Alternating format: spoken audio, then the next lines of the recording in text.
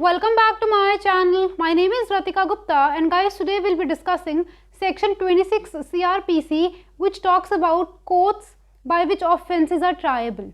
Basically guys, under section 26 we'll be discussing competency to try. अगर आपने मेरे previous lectures देखे हैं अभी तक so far we have covered competency to punish. Competency to punish में सेक्शन 28, 29 एंड 30 आता है which is to be read along with section 63 to section 70 Indian penal code. ये सब कुछ ऑलरेडी मैंने डिस्कस किया है गाइज. उसी के कंटिन्यूएशन में हम लोग कॉम्पिटेंसी टू ट्राई की बात करेंगे. Here we are not concerned about competency to punish. Punishment कितनी कौन सा मैजिस्ट्रेट इन्फ्लिक्ट कर सकता है वो हम ऑलरेडी डिस्कस कर चुके हैं रेलेवेंट सेक्शंस के अंडर. यहाँ पे हम सिर्फ सेक्शन 26 की बात करेंगे जहाँ पे हम कॉम्पिटेंसी टू ट्राई की बात करते हैं. इट मीन्स कौन सा मैजिस्ट्रेट है, high court, court of sessions and magistrates किस ऑफेंस को वो कब ट्राई कर सकते हैं. गाइज यहाँ पे एक पॉइंट इंपॉर्टेंट है, ट्रायल. यहाँ पे हम ट्राई की बात करेंगे मतलब we are concern with trial. A point to be noted is that here we are not talking about cognizance. ये पॉइंट शायद अभी समझ नहीं आएगा आप लोगों को, लेकिन इतना ज़रूर बात रखना कि 26 में हम लोग यहाँ पे कॉग्निजेंस की बात नहीं करते. While will be discussing section 190, 191, 192 and 193 CRPC, उस टाइम पे हम कॉग्निजेंस की बात करेंगे. Here we are not talking about cognizance, here we are talking about competency to try. Trial कौन कर सकता है एक केस का, ठीक है. ट्रायल मतलब वो स्टेज जहाँ पे प्रोसिक्यूशन के एविडेंसेस आते हैं, डिफेंस के एविडेंसेस आते हैं, वो जब आर्ग्यूमेंट्स होती हैं उस स्टेज को हम ट्रायल स्टेज कहते हैं. और ट्रायल की कल्मिनेशन क्या होती है कि ट्रायल के बाद जजमेंट आती है. जजमेंट में या तो एक्विटल हो जाएगा या फिर कन्विक्शन हो जाएगी. सिंपल सी बात है. सो सबसे पहले हम यहाँ पे ऑफेंसेस की बात करेंगे. सेक्शन 26 को समझने के लिए गाइज आपको ऑफेंसेस पता होना ज़रूरी है. सेक्शन 26 दो तरीके के ऑफेंसेस की बात करता है, क्लॉज ए एंड बी. दो क्लॉजेज हैं. एक आपको जो क्लॉज है वो आईपीसी की ऑफेंसेस की बात करता है. Clause B talks about offences under any other law. तो जो ऑफेंसेस इंडियन पीनल कोड के अंदर पनिशेबल हैं गाइज, उनको जो ट्राई करने की पावर है वो उन मैजिस्ट्रेट्स के पास है या उस कॉम्पिटेंट अथॉरिटी के पास है जिसको एक्सक्लूसिवली शेड्यूल 1 के क्लासिफिकेशन 2 के कॉलम 6 में लिखा है. और जो अदर ऑफेंसेस हैं यानी कि जो अदर लॉज हैं विच मीन्स वो ऑफेंसेस जो आईपीसी के अंदर पनिशेबल नहीं है लेकिन किसी और स्पेशल लॉ के तहत तो पनिशेबल हैं, उनको कॉम्पिटेंसी किसकी है ट्राई करने की वो इसमें लिखा है. ठीक है. तो पहली बात इंपॉर्टेंट ये है कि you have to open schedule of CrPC. CrPC के बिल्कुल एंड में शेड्यूल दिया हुआ है. वी हैव शेड्यूल 1, एक ही शेड्यूल है, उसके दो क्लासिफिकेशन है, क्लासिफिकेशन 1 एंड 2. क्लासिफिकेशन 1 जो है वो उन ऑफेंसेस के बारे में बात करती है जो आईपीसी में पनिशेबल हैं, एंड क्लासिफिकेशन 2 उन ऑफेंसेस की बात करती है जो आईपीसी में पनिशेबल नहीं है लेकिन कोई स्पेशल स्टैट्यूट बनाया गया है, कोई स्पेशल लॉ है जिसके तहत वो पनिशेबल होते हैं. इसकी बेसिक्स एग्जांपल है prevention of money laundering act या फिर प्रिवेंशन ऑफ करप्शन एक्ट. अब करप्शन एक्ट अलग से करप्शन को कम करने के लिए बनाया गया है, उसके तहत करप्शन को एक ऑफेंस माना गया है, तो वहाँ पे एनी अदर लॉ के तहत करप्शन आ जाएगी, मनी लॉन्ड्रिंग आ जाएगी. तो स्पेशल स्टैट्यूट्स बहुत हैं, एनडीपीएस वी हैव, सो बहुत सारे स्पेशल स्टैट्यूट्स हैं, उनके तहत बहुत सारे ऑफेंसेस को बनाया गया है. बट वो ऑफेंसेस शायद आईपीसी में पनिशेबल नहीं होते, इसीलिए उनके लिए हमारे पास शेड्यूल 1 की क्लासिफिकेशन 2 अलग से लिखी है. So as far as schedule 1 classification 1 is concern, उसका कॉलम 6 अगर आप खोलोगे ना उसकी हेडिंग है by what court triable. By what court triable it means हमें ये पता चलता है कि ये पर्टिकुलर ऑफेंस जो इंडियन पीनल कोड में पनिशेबल है उसको ट्राई कौन कर सकता है. ट्रायल का मतलब आपको समझ आ गया, basics, prosecution evidence, defence evidence, arguments जब होते हैं तो ये ट्रायल होता है. तो ये सब कुछ कौन से कोर्ट में होगा वो लिखा है हमारे शेड्यूल में. उसी तरीके से कोई स्पेशल अगर स्टैट्यूट है तो वो आपका कॉलम नंबर 4 होगा क्लासिफिकेशन 2 ऑफ शेड्यूल 1 में, तो वहाँ पे लिखा है.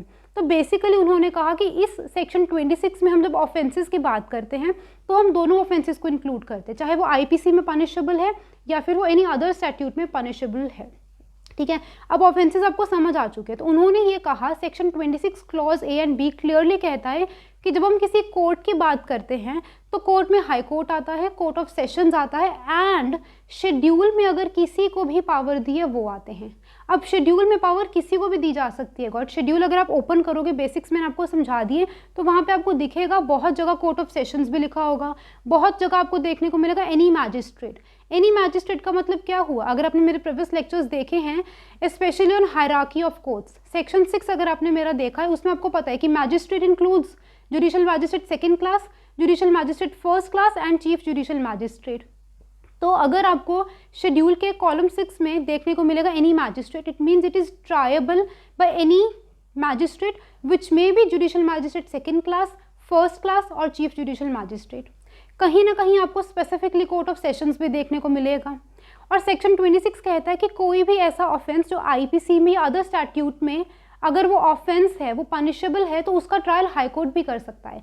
तो कहने का मतलब क्या है इसकी सेक्शन 26 हाई कोर्ट को भी और कोर्ट ऑफ सेशंस को भी एक ओरिजिनल ज्यूरिसडिक्शन देता है कि आप ऑफेंसेस को ट्राई कर सकते हो।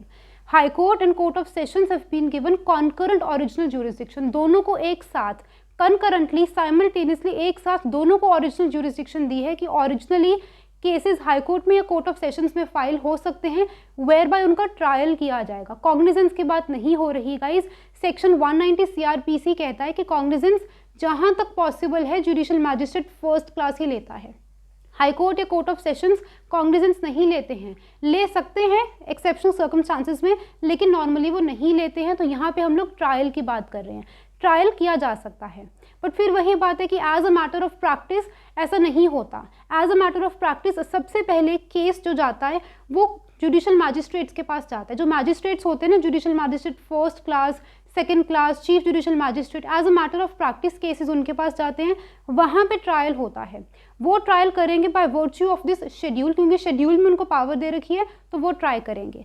अगर उनको लगता है कि ये केस हमारी कॉम्पिटेंसी के बाहर है, फिर वो कोर्ट ऑफ सेशंस को भी केस पास ऑन कर सकते हैं, हाई कोर्ट को भी दे सकते हैं। तो I hope this thing is quite clear to you.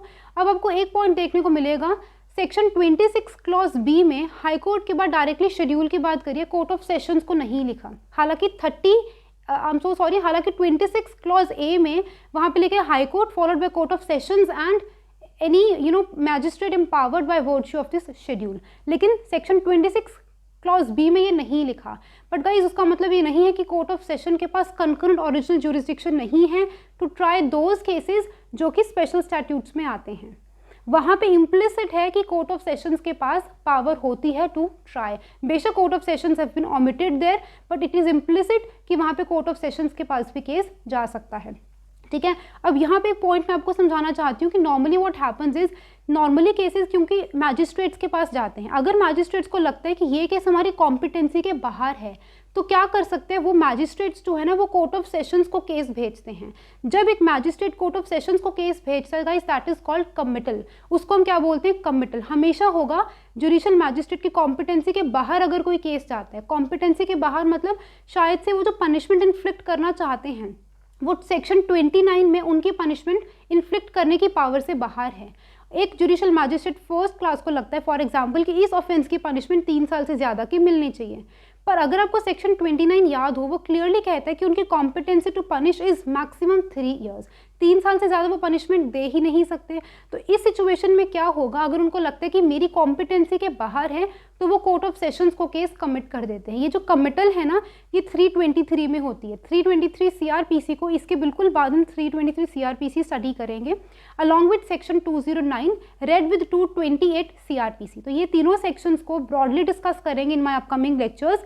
तो यहाँ पे कोर्ट ऑफ सेशंस के पास पावर होती है। तो मेरे कहने का मतलब इन द नटशेल ये है, और हाई कोर्ट के पास पावर होते बाय वर्च्यू ऑफ सेक्शन 407। अभी के लिए आप ये सेक्शंस लिख के रख सकते हो, आपको समझ आ जाएंगे as and when will be discussing these sections in greater detail. So in the nutshell I wish to say that कि सबसे पहले केस यहाँ पे जाएगा मैजिस्ट्रेट्स के पास, क्योंकि उनको bye virtue of schedule CrPC उनको पावर दे रखी है। क्योंकि उनके पास पावर है तो वो केस को ट्राई कर सकते हैं। अगर ट्रायल के दौरान उन्हें लगता है, क्योंकि ट्रायल का अल्टीमेट जो कल्मिनेशन है वो क्या होती है, कन्विक्शन या फिर एक्विटल। मैंने आपको पहले ही बता दी। तो ट्रायल कंप्लीट होने के बाद अगर उन्हें लगता है कि अब जजमेंट है, जजमेंट जब लिखनी है तो उसके अंदर एक्विटल नहीं होगा, दिस पर्सन इज गिल्टी, क्योंकि वो गिल्टी है तो उसको पनिशमेंट देनी है। पर पनिशमेंट क्योंकि उनकी कॉम्पिटेंसी के बाहर है, सेक्शन 29 की कॉम्पिटेंसी के बाहर है, तो उनको क्या करना पड़ेगा, केस को कमिट करना पड़ेगा कोर्ट ऑफ सेशंस को। क्योंकि कोर्ट ऑफ सेशंस एक हायर हायरार्की में हायर कोर्ट है, तो उनकी powers and competency to punish और भी ज़्यादा होंगी। अब वो कॉम्पिटेंसी क्या है, वो ऑलरेडी हमने सेक्शन 28 एंड 29 में डिस्कस किया था, अगर आपने मेरा वो लेक्चर देखा है। तो यहाँ पे क्या है कि कोर्ट ऑफ सेशंस को बेशक ऑमिट कर दिया क्लॉज बी में, लेकिन बाय वर्च्यू ऑफ 323 सीआरपीसी और 209 सीआरपीसी ये जो केसेस है वो अल्टीमेटली जाएंगे कोर्ट ऑफ सेशंस के पास है, क्योंकि हायरार्की में इनके ऊपर बिल्कुल कोर्ट ऑफ सेशंस हैं। तो चाहे लिखा है कोर्ट ऑफ सेशंस को चाहे नहीं, केसेस ऑटोमेटिकली उनके पास जाएंगे, ईदर बाय वर्च्यू ऑफ 26 और by virtue of 323 CRPC। I hope guys this thing is quite clear to you. Plus एक और चीज़ लिखी है, सेक्शन 26 क्लॉज ए का जो प्रोवाइजो है, उन्होंने सिर्फ इतना लिखा है कि अगर कोई भी सेक्सुअल ऑफेंस है, specific sections have been mentioned, you may read it from the bare act, but all in all nutshell ये कि अगर कोई एक सेक्सुअल ऑफेंस है तो as far as is practicable उस केस का, उस ऑफेंस का जो ट्रायल होगा वो एक विमेन जज करे। तो वहाँ पे सिर्फ इतना लिखा कि as far as is practicable अगर कोई सेक्सुअल ऑफेंस है तो कोशिश की जाए कि वो ट्रायल उसी कोर्ट में चले which is presided over by a women जज। I hope guys this thing is quite clear to you. So this was all about section 26 guys. I'll be coming up with many more sections on CRPC. Till then guys, keep learning, keep shining, stay safe and bye bye.